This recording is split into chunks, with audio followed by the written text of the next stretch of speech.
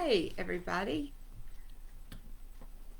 says my video is starting. We shall see. Let me get my phone ready because I don't trust either one of these to show me and tell me the truth. I think they both fib.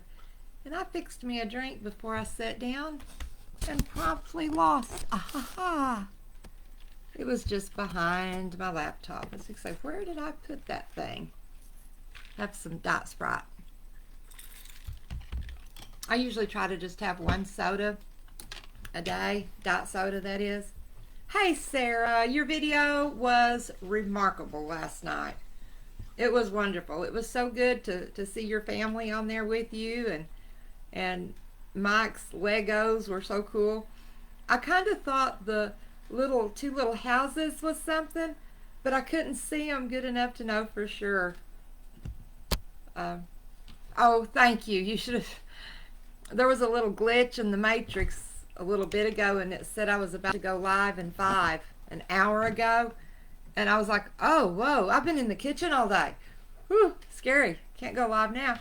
Well, let's see who's jumped on here. Besides Sarah, we have Lydia, Suzanne, Tammy, Melissa, and is one of the Sarahs Zach? It could be.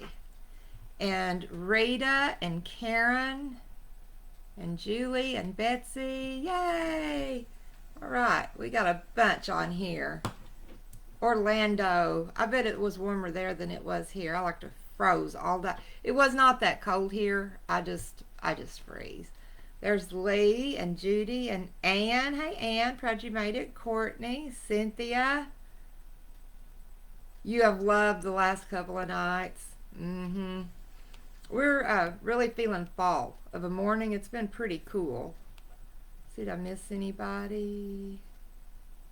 I don't think I did. Joanne, did I say hi to you? I know I didn't say hi to Julie. Said hi to Lee. I don't want to miss anybody. Hey, Dolores. And Kate. And Cindy. Good. Everybody. The gang's all assembling. It's like getting everybody, all the family home of the evening. Everybody's coming home. Well, happy 10th anniversary to the Holy Mess. Hi, Mickey.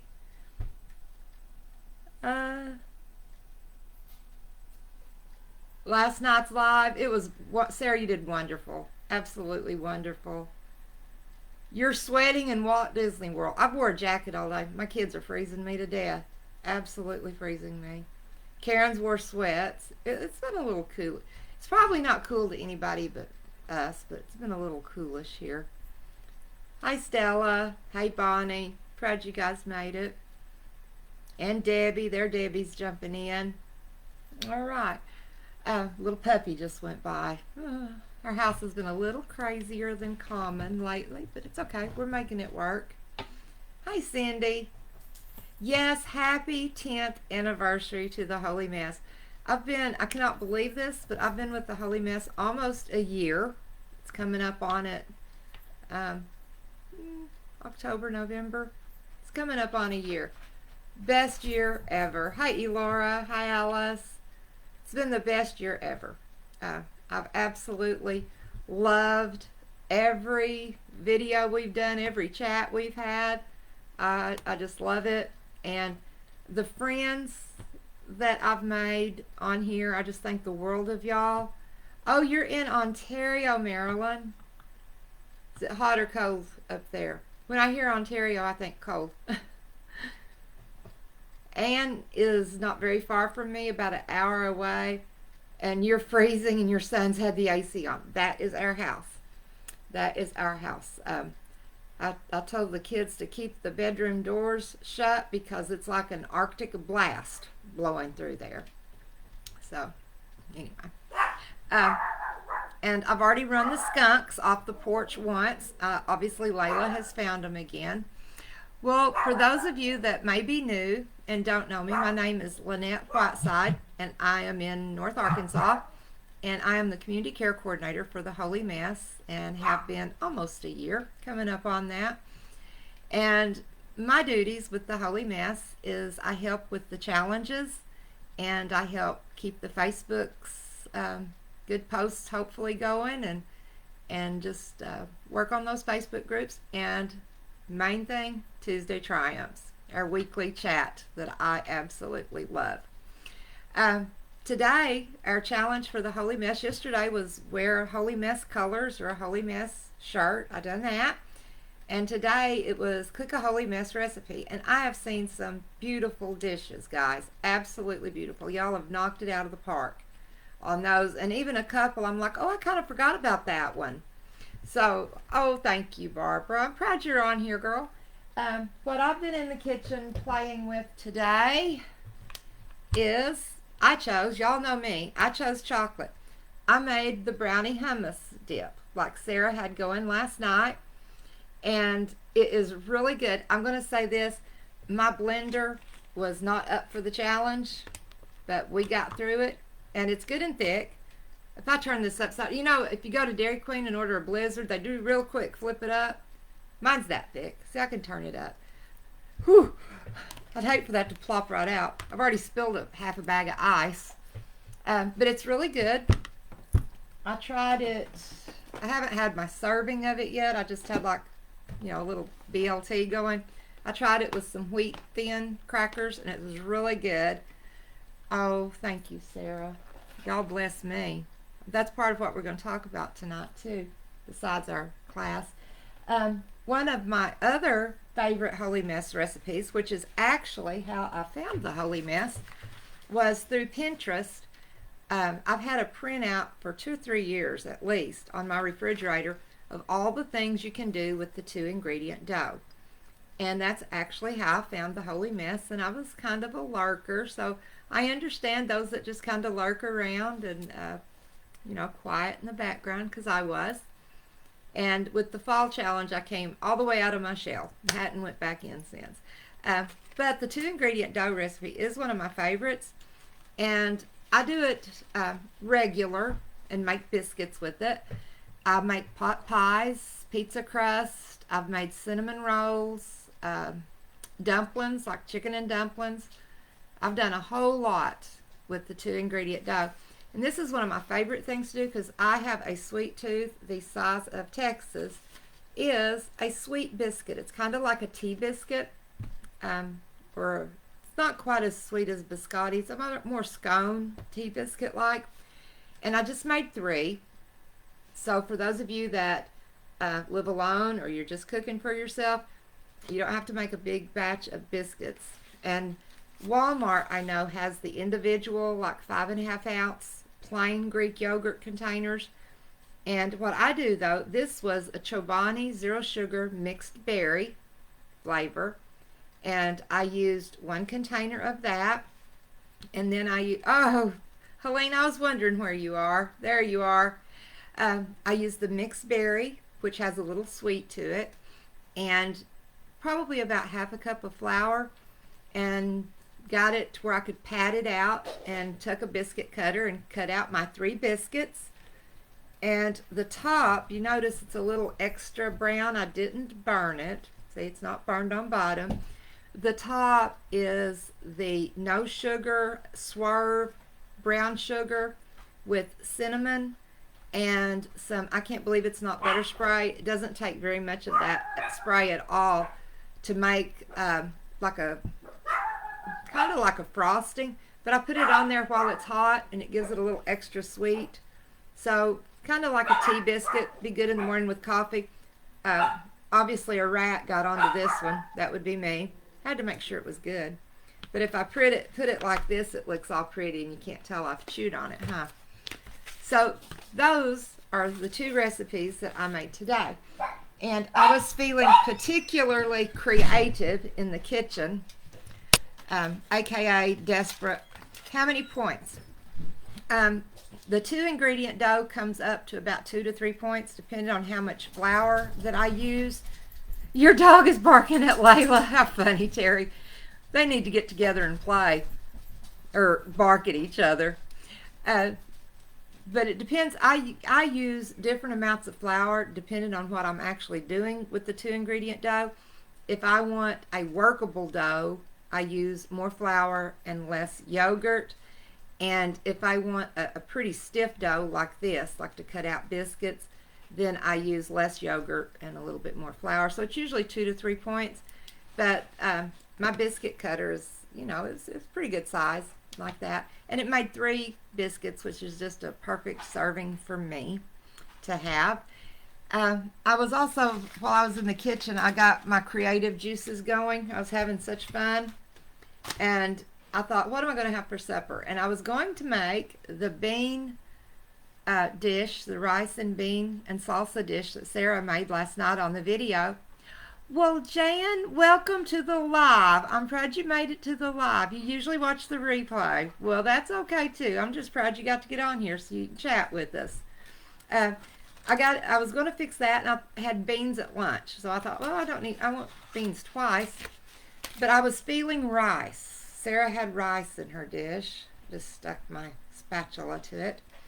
So what I done, this is just this size casserole, not great big, not little bitty either. Can you see it? You see that cheesy, yummy goodness? It's still smoking hot.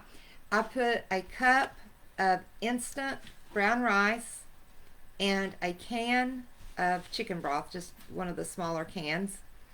And then I had some canned chicken. I was in a hurry, and I drained it and chunked the white chicken on top of the rice. And then I put a bag of the frozen cauliflower and broccoli carrot blend, the California blend, on top. And you notice all this cheesy goodness that's there. I love casseroles. I love casseroles with cheese. Let's see what this looks like. Oh yeah, it's cutting in nicely. Let me turn you guys down so you can see what I'm doing here. And there you go. And it's good enough to scoop out like a one piece type thing. Let me poke him down in there. I haven't calculated the points on it yet because I can't decide how many servings I want to make out of it. The vegetables, of course, will be 0. The chicken will be 0 because it was white canned chicken. The brown rice will count. And what I do to get a lot of cheese flavor for just a little bitty bang, I do too. I love a good casserole, and I love that. And like leftovers like that, I'm good to even roll that up in a tortilla with some mixed spring greens. I'm good to go. But what I do, I cheat. This is just our local store brand, Best Choice. The cheddar cheese soup, you can get half a cup of the condensed, just straight out of the can, serving for only 90 calories. And that is not that bad because it gave me enough cheese to get a good coating. You could see it on top of the casserole. They also have this in a fiesta flavor, which is my nacho cheese substitute. So I do like to use the cheddar cheese in cooking, and I have a little bit over half a can left over to do something extra with in another day.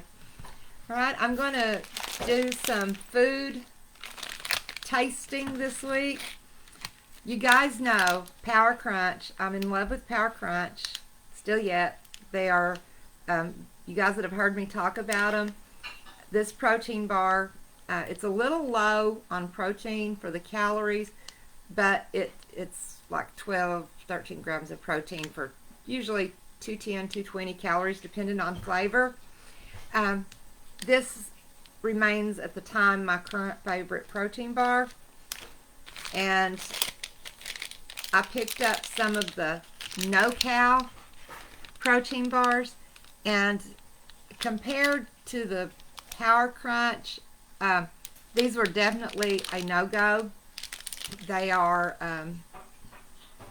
kind of like the consistency of like a Reese's peanut butter cup, except with that real grainy cream texture. And it was the kind where you go like that, you know, where it kind of gets in the... it's funny, I was laughing at the comments. I'm going to tempt you guys. Who makes the Power Crunch bar? That's a good question. I buy them at Walmart. I think it's just Power Crunch. I don't think it has a name. Of course, I picked the peanut butter fudge. I've got like 3 or 4 flavors of these, but I like these. My least favorite of the 3 that I tried was the Think Bar. And again, it was very much like the No Cow in that it had that crumbly filling that kind of stuck in the roof of your mouth kind of thing. I think the Power Crunch bars are high. All protein bars, I think, are expensive. They're about I'm going to say a box of 5 is like $5.98, something like that. I'm going to write an article coming up here in the next couple of months and compare protein bars and the good, the bad, and the ugly. Yes, the Crunch Bar I think is 7 points. Now, like I said, I've got several flavors, so depending on which flavor, it may be a point up. But 7 points is about the average on those. But like I say, they don't have as much protein as I think they should for that amount of calories and points, because they just have like 12 to 13 grams of protein. And for a meal replacement, it's not a very good meal replacement like when you're in a hurry, but it's an excellent snack when you're out shopping. And again, the Power Crunch is most like a Kit Kat. It has that, you know, those sugar wafer cookies? It has that kind of vibe going. Remember me trying, or had I bought these Smart Bowls and I said I wanted to try the other flavors? I had, I think it was quinoa was the one I got. Well, my local Dollar General, and these are $1.60 at my local Dollar General, and the rice beans with spicy pepper. I'm not in love with hot things. I do like the flavor of spices, but not the burn. This one is 170 calories for the pouch, the whole pouch, and I gotta get my readers on because I can't see that little big print. 11 grams of protein, so that is not bad for 170 calories. And what I ate mine on is a bed of greens and flecked it around, spooned it around on top. It made a really good salad, and they also make a really good roll-up. Now, I've not tried this one. This is the Zesty Lemon. I've not had it yet.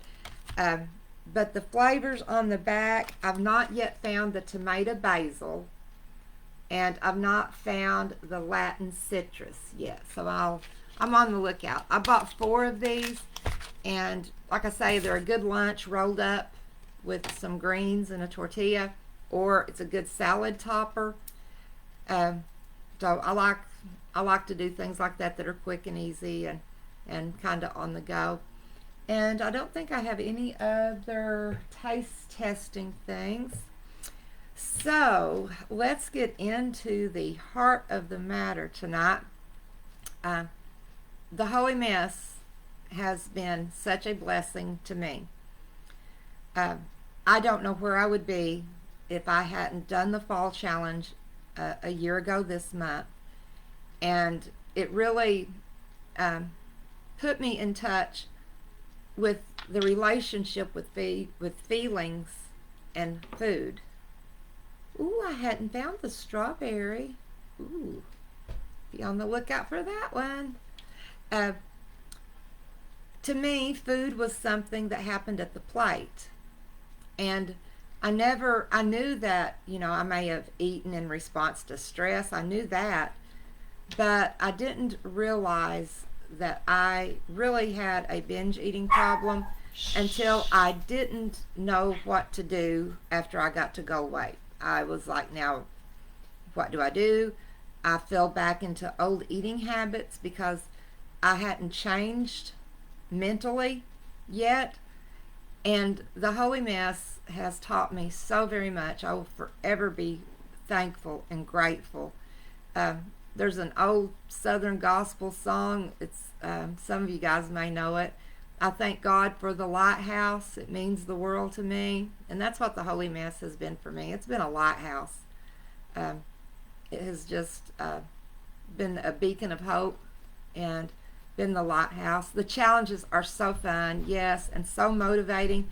And the interaction on the web pages, I learned so much from the things you guys post, you know, and just the interaction. It's just so wonderful. So I don't know where I would be if it hadn't been for this lighthouse, the Holy Mess, because it's definitely helped me heal my relationship with food. And like any healing, it's a process. And for ever so long, I showed you I was going to try my brownie hummus later.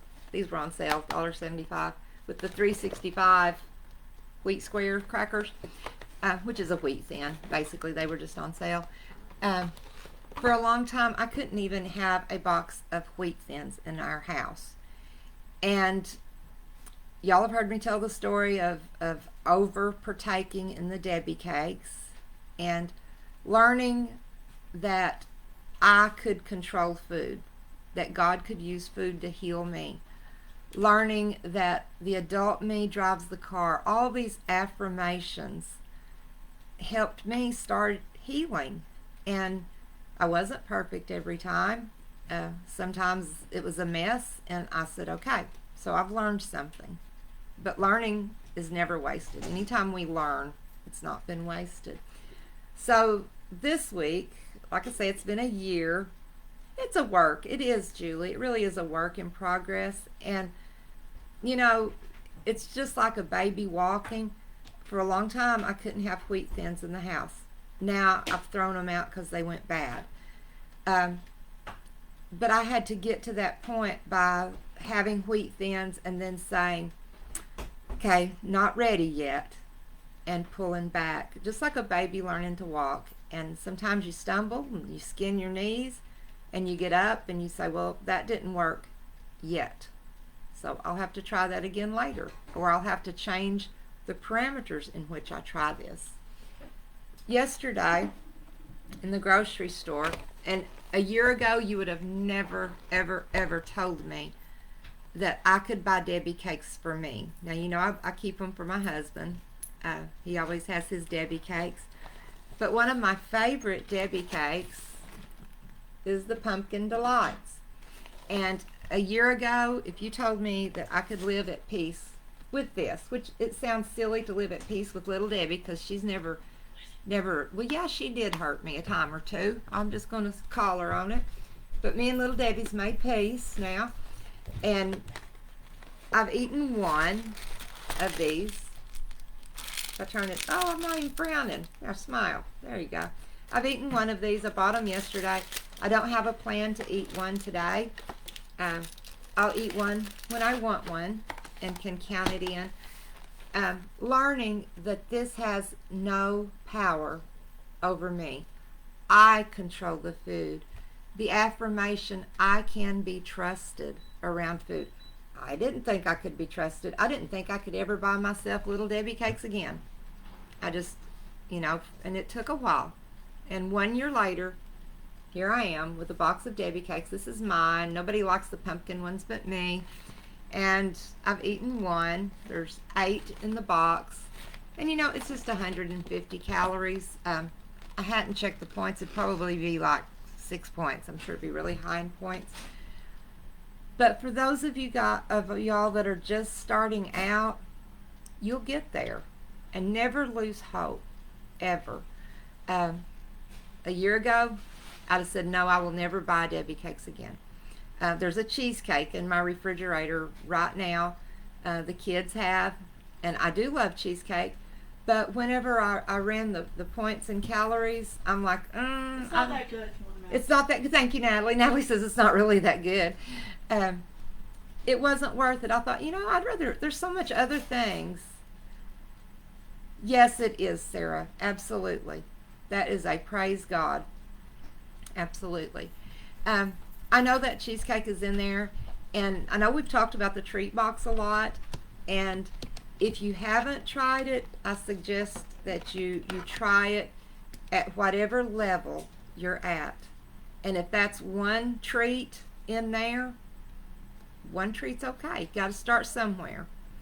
And it brought so much healing. Somehow just knowing I could eat anything I wanted as long as I counted it, I don't know, it just like opened a door that I could go through and have comfort and not feel like the food was powerful, more powerful than me. And I've talked a lot this past week. Yes, Sarah, definitely slow miracles. 8 points. Thank you, Kathy. I figured it would be at least 6 or 7. 8. Wow. For just 150 calories. Think of what all you can eat for 8 points. That's a bunch. But, you know, it does happen. Slow miracles happen. Progress over perfection. You can, Sandy. You'll find that place and you'll get to that peace. And today's sale item with the Holy Mess is Beat the Cravings. And I have done this workshop myself. I've done several of the workshops. And I go back, and some of them I print off 4 or 5 times. And it's not because I've lost them. I've got files. I've got files back here with stuff. It's not because I lost them. It's because I've wrote on them. And I've changed. We changed. Thank you, guys. Y'all say the sweetest things. Nope, don't have to hide those wrappers anymore. But I did announce that I had bought myself a box of Debbie cakes when I came home yesterday. I did need a little accountability. What you eyeballing, sis? Just looking at the food over there. Looking at the food? Okay, well, get you I'm something. hungry. I look like I look horrible. Well, you're not on there. I want to try that. Since I'm saving my supper for tonight. Save it. Try that. She's going to try my biscuit. Here, lean in. Say hi. Natalie. Oh, you're not in. Get in. There she is. Hi. Try the biscuit. I don't hold me down. I'm going to hold you down. Try the Jeez, biscuit. don't be like Aiden. Hold you down. It's actually pretty good. Pretty good. There you Save go. it for work though for dessert. Save it for work. She's got to work 11 to 7 tonight. Trust me, you'll eat anything on that shift. I don't know about that. Anyway, Trust me. the Beat the Cravings workshop, what I'm going to go over tonight is just a scratch to how deep it goes. Tammy says hi, Natalie. She said hi back.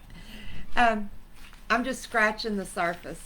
And like I said, I've gone through this before. Oh, your daughter works night shift too. And these are my honest notes. And that's what we're going to go through tonight. Is I'm going to share what I wrote. And like I say, this is just a scratch of what all is available through that printable and through the workshop. There's over an hour-long video of Sarah teaching us about the concepts we talk about. And it looks like this on the outside. I've got this one in a protector, so it's kind of all of our colors. They're so beautiful. And it's got our triangle, our healthy relationship with food triangle. And as Sarah said the other day, we're going to be talking a lot about this in the coming months. And this made so much sense to me whenever Sarah presented it, is that how can you get to these higher levels of dealing with your emotions until you've established a safe eating pattern and know how to get back on track. See, that's where, when I joined the fall challenge last year, I was somewhere in between knowing what safe eating was, but not knowing how to get back on track.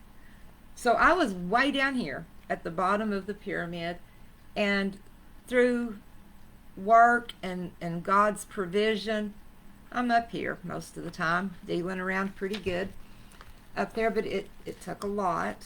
And we can do hard things, and we do hard things. And dealing with emotional eating, you know, like I said, I didn't think that was a problem I had. Come to find out, it was a problem I had. So I made a few notes besides my own plan that I filled out to share with everybody. And, you know, when you talk about feelings behind emotional eating, one of the first things I think of, and this is, like I said, this is from my mind, I think of boredom, eat because I'm bored. I think of stress, anger, anxiety, depression.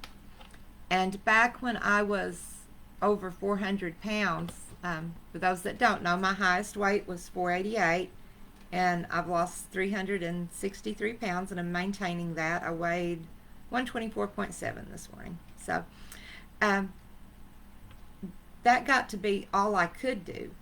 I couldn't do anything else really but eat. And that's an emotion too, because you're cramming it down to compensate for all the things you can't do. And one of the cardinal signs of having a binge eating or emotional tie to eating is never feeling satisfied and eating until you're sick. I've done that. I've eaten until I'm sick. I have eaten into a stupor and woke up the next morning just like an alcoholic and thought, I done it again. I ate 6 Debbie cakes. Me and little Debbie been at odds for years. I ate 6 Debbie cakes laying in the bed last night and hid the wrappers.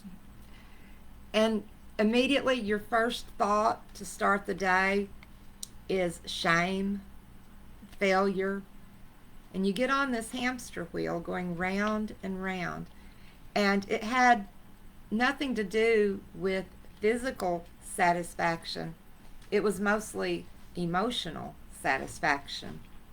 And like I say, we're just scratching the surface of this printable.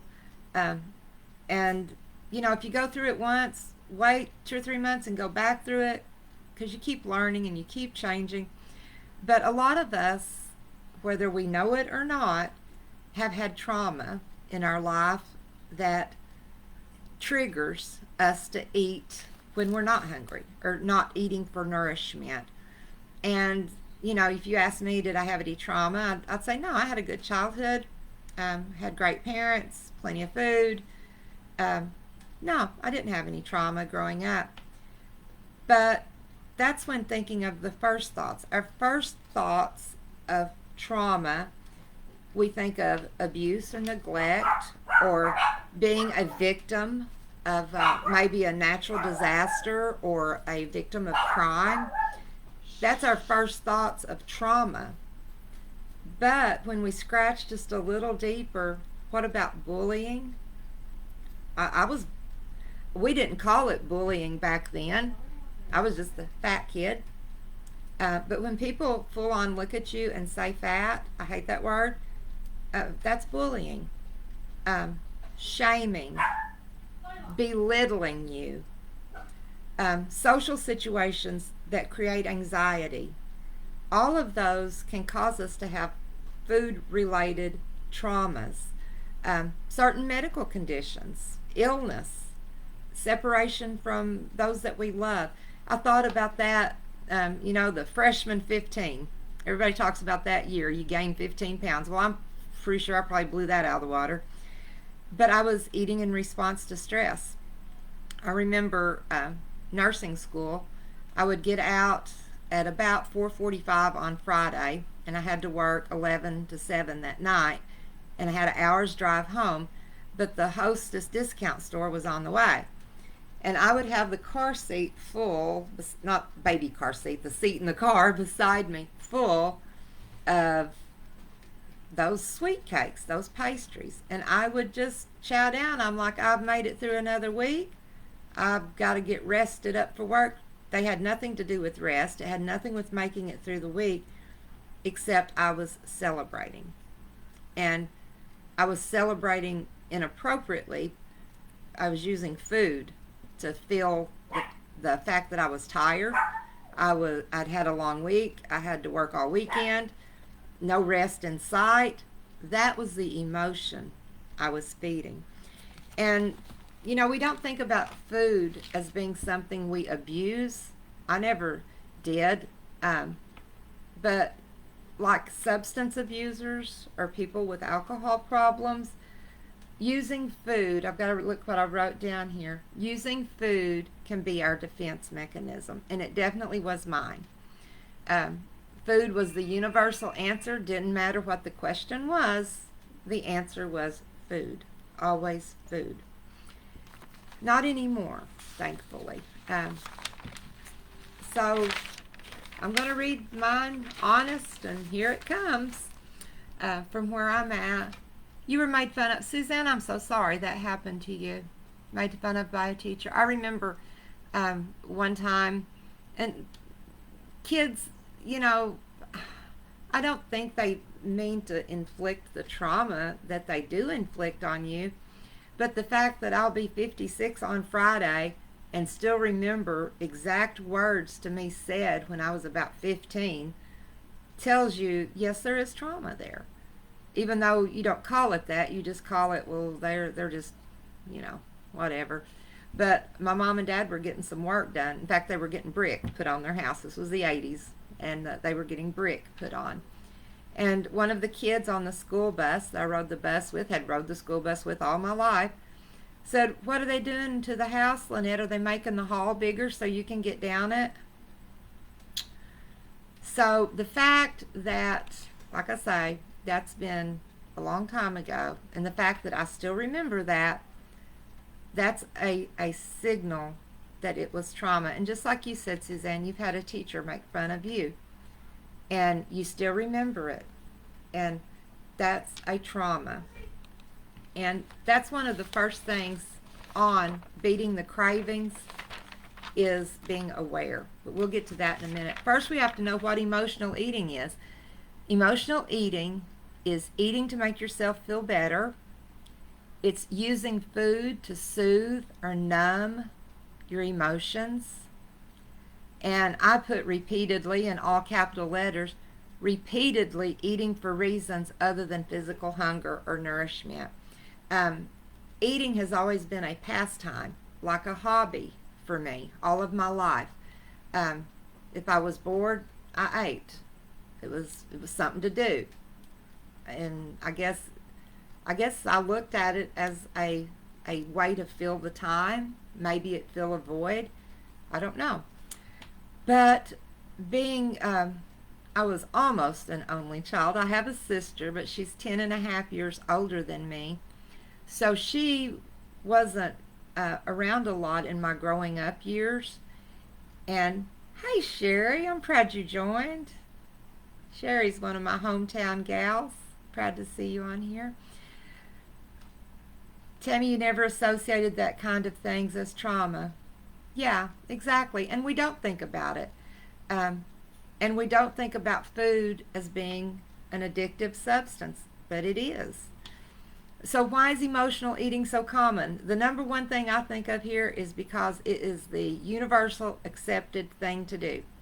No matter what's going on, if you're sad, you can eat. If you're happy, you can eat. If somebody's died, you take food. If somebody had a baby, you take food. If you're having a get-together of some kind, what's the food going to be? Food is universal. It's socially accepted and, in fact, expected in some situations. And there are literal changes in the chemistry of our brain, our neurotransmitters, our serotonin and dopamine, those feel-good neurotransmitters, bounce up. They increase in response to some foods. So, and then the food industry, they make foods addictive because it tastes so good. Literally, you can't eat just one. It's very hard. You can eventually. You can't eat just one. And we get back to the very basic level of the connection between food and nurturing. From the time we're born and we cry, we're given nourishment to soothe ourselves. So we grow up with that in our primitive part of our brain, is that food soothes us. Food comforts us. And then it starts filling in other parts. And like I listed, like boredom, anxiety, stress, it becomes something we substitute there. So this is my answers. What are the 5 types of emotionally eating that impact you most? And yours may be totally different, but these are mine. Stress, boredom, depression. It feels good at the time, not later, but when you're doing it, it feels good. And I don't know if any of y'all can identify with this or not. I know it's not just me. But obsessive thoughts about food. They call that food noise. It's like, what am I going to eat next? Like while you're eating one meal, thinking about what the next meal is going to be. While you're eating one snack, thinking about if you can eat another snack. They've given that a name, and it's called food noise. And I was proud to learn it had a name. I thought I was not made like the rest of the world, but apparently there's other people that obsessively think about food. And it's like, what will I have for breakfast tomorrow? If I have that for breakfast, what will I have for lunch? And if I have that for lunch, then I shouldn't have this for supper because of my points or my calories. So it becomes a stress inducer because we're constantly thinking and balancing and trying to figure it all in, how we're going to do it. So to learn to stop emotional eating, here's my handout. This is my actual answers. I'm sharing from the heart tonight. To stop emotional eating, the first thing we have to do is recognize the behavior. And I've given you some ideas. Maybe some stuck out to you, not all of them. Maybe one or two things did. But learn to recognize the behavior. And I've told you guys this story. I got to have a little sip here, mouth dry. I've told you guys this story 100 times about just recently. It was as recent as April, being in town and getting a stressful phone call.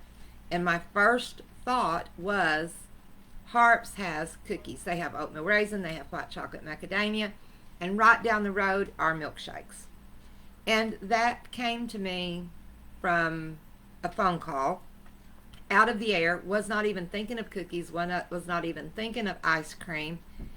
And immediately, it's like one of those times where God thumps you between the eyes. This is what I'm talking about. You had stress, your first thought was food. While I knew the 3 P's and practiced the 3 P's, this comes from the faithful finish lines of pause, pray, and plan, it never hit me so hard as it did then of, okay, I got to stop. Now I kept driving. I drove home as quick as I could get here, actually. I drove home, and all the way home I was thinking, okay, I had a stressful call, and my first thought was food. Why did that happen? Where did that come from? Started really examining myself and digging down deep. And I made a decision then that I was going to pause, I was going to pray, and I was going to plan, just like I had been taught. And I would not eat in response to that emotion. And since then, that has worked so good for me, is when that thought just snaps into your brain out of nowhere, it's like, okay, why am I thinking that? That takes us to our next step, and this is all in the printables that you get, is awareness. So it said to take your 5 stress eating problems that you've identified. I took boredom and obsessive food thoughts and ran them through this instead of doing 5 separate pages. We'd be here all night. The next one is being aware, and this is a really hard stage. This is where you accept the fact that you are misusing food. And no pun intended, it can be hard to swallow. Because, I want to argue with myself and say, no, you don't. You just eat a lot. No, I misuse food. And, there is a time of dealing with that. And you have to learn, now what? Am I going to quit? Or am I going to learn new tools? And this is where we think like a scientist. This is where we say, okay, I am in a hard, thank you, Kim. I'm in a hard stage right now. And that was a hard stage I was in when that hit me, that thought. Like I said, it was in response to a very stressful phone call. And I had to identify stress, connection to food, right like this, fingers crossed, they go together. And I'm wanting to use food for something besides nourishing my body. I'm wanting to push down the feelings that I'm feeling right now, which was stress and anxiety. I'm wanting to push those so far down, and I want to use cookies to do it. So, like I say, I drove home, and I thought a lot about that. And I thought of just different times over my life where I had done this type of behavior, And of course, you don't remember every single time, but I can remember a time in particular. As I've told you guys, I was a big girl growing up. And in high school, after the Friday night football games, I would come home and eat an oogob of nachos. I'd make my own nachos and eat a oogob of nachos, not a serving, like totally binge. I didn't know that's what that was, to compensate for feelings of I didn't have a boyfriend, my friends had a boyfriend. Um, I thought the night would be better than it was. Just those feelings of teenager feelings, teenager girl feelings, you know? And I didn't even know until I got plumb full up grown and a grandma that that was emotional eating, that that was uh, a response to stress. Oh, okay, that's okay, Laura. You can catch it later. Bye-bye. Uh, the next cycle, that's your awareness and acceptance. So it's getting hard, am I going to quit, or am I going to learn new tools? Remember, I told you we have a toolbox and every tool does a different job. The learning part, number 3, right here, is one you will do over and over. Yes, Joanne, you said it. Feelings of inadequacy. Yes. Um, when you get to the learning part, you've recognized the behavior, you're aware of it now, and now you've got to decide, what do I do? How do I fix me? First of all, I had to learn I can't fix me. I had to have God to fix me. That I could be my own worst enemy. Definitely had to learn that. Helene says, yes, sometimes just out of the blue. It just hits you. So now that you're starting to recognize the relationship between a trigger, and a trigger, by the way, it doesn't have to be stress, or it doesn't have to be a uncomfortable feeling. It can be happiness. It can be as simple as seeing someone, or like Helene just said, seeing McDonald's, seeing an ad, smelling, like when you're in your grocery store and they're cooking something back in the deli, like homemade rolls or something. I can just float along on that smell. So the things that trigger us, it doesn't have to be even a painful emotion. It can just be part of life. But once you become aware and start recognizing the behaviors and the things that trip you up, that's where we learn techniques of how to cope and how to manage without using food as our comforter. And you practice this over and over and over and over. And again, it gets hard. So are you going to quit, or are you going to build your toolbox? That's where I like to say, okay, that didn't work out like I hoped. What can I learn from it? And what tool can I use next time to make this better or easier or not happen? Yes, there will be a replay. I'm sorry I didn't see you. Yes. Which leads us to acceptance. I'm at this point now, and I bounce back to learning. I learn something new about me all the time. We should always be lifelong learners. But I'm at the acceptance stage, which is I will always want food to comfort me. That will be my first thought. But it doesn't have to be my second thought. I have accepted that food is my drug of choice. Absolutely. It has been my whole life. I know this now, so I don't have to continue in that behavior. And I also accept that I have tools that I have mastered because I've practiced them over and over. And part of practicing means you don't get it right sometimes. So you can't quit just because you don't get it right. You have to learn and say, okay, I'm going to go forward from here. So, you know, the holy mess, we talk a lot about our toddler versus our adult voice. You know, my toddler drove my car way too long before my adult learned it even had a voice, and how to respond to these feelings and even know what my feelings are. I had never acknowledged some of these feelings. And not all of them were bad. I've eat a lot of times when I was happy, and I've eat a lot of times when I was sad. I've eat times when I was stressed. I've eat when I was bored. But this is just a scratch of the surface of what is in the Beat the Cravings right there. 3 steps. Our 3 steps again. Aware.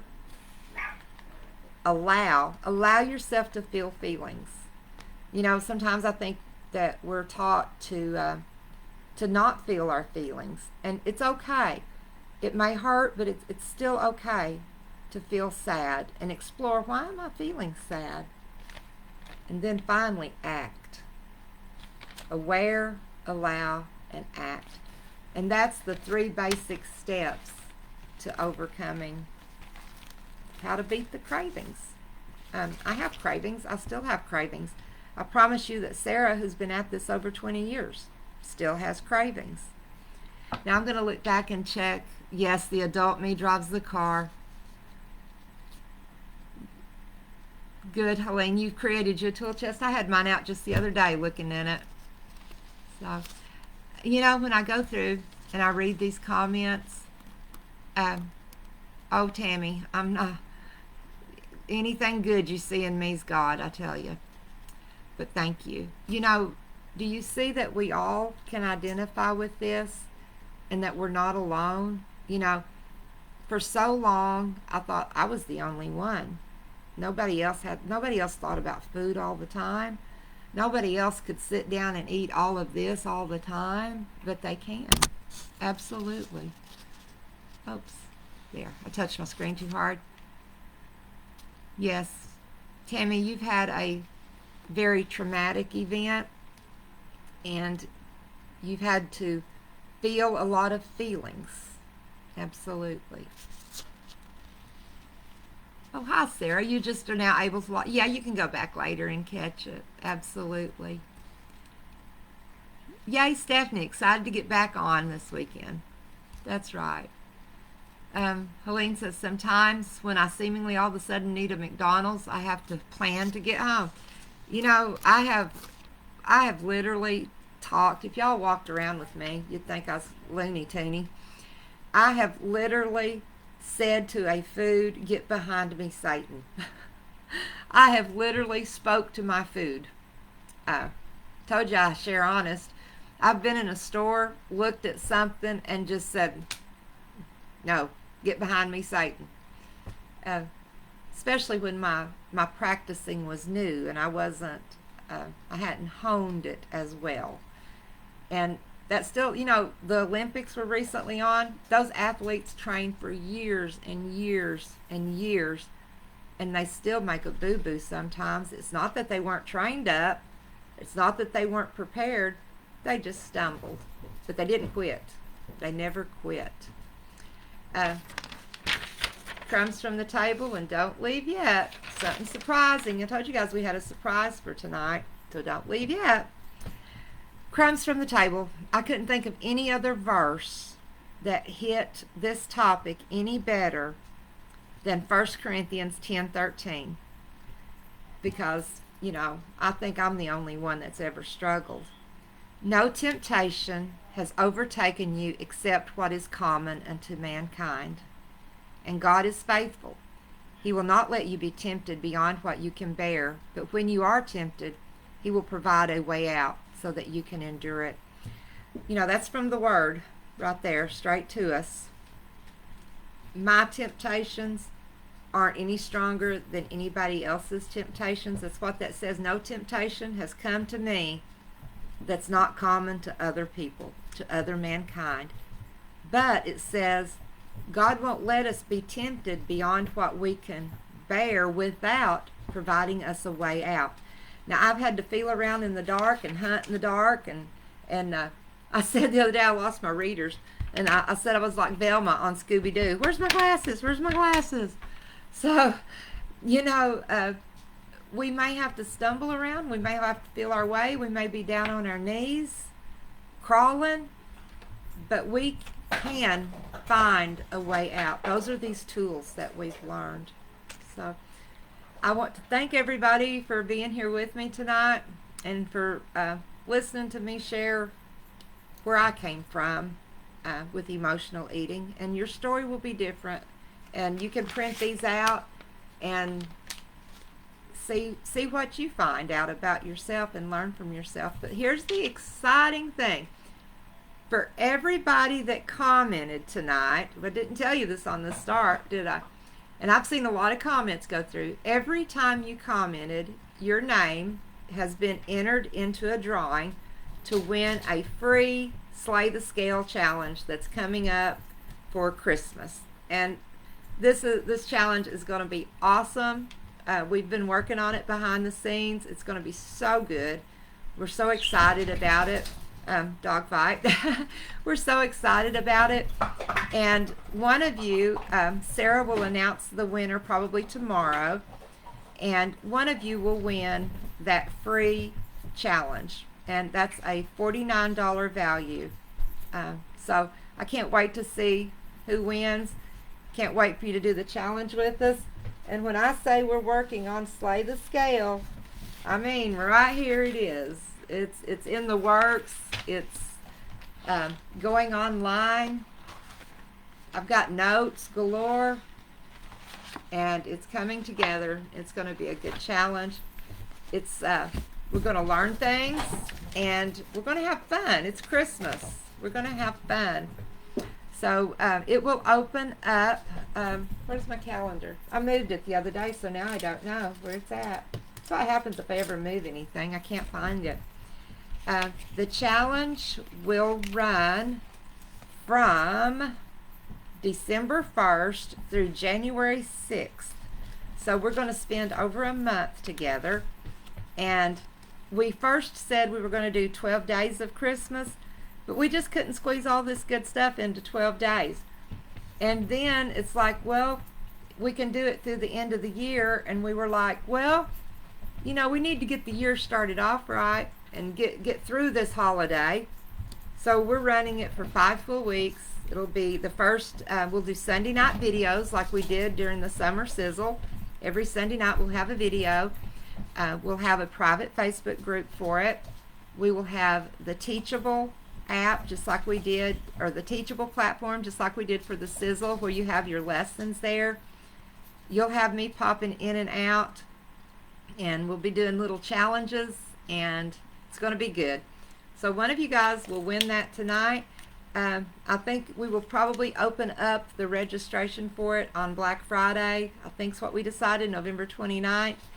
And if you can join, I want you to. We're going to have a good time. And the 4-pay, I know the holidays are like the worst time to be out extra money, but the $49 can be broken down into 4 payments over 8 weeks time, so it doesn't have to bop you on the head at Christmas. So be planning for that. I'm looking forward to it. Christmas is my time of the year. Love Christmas. Absolutely love it.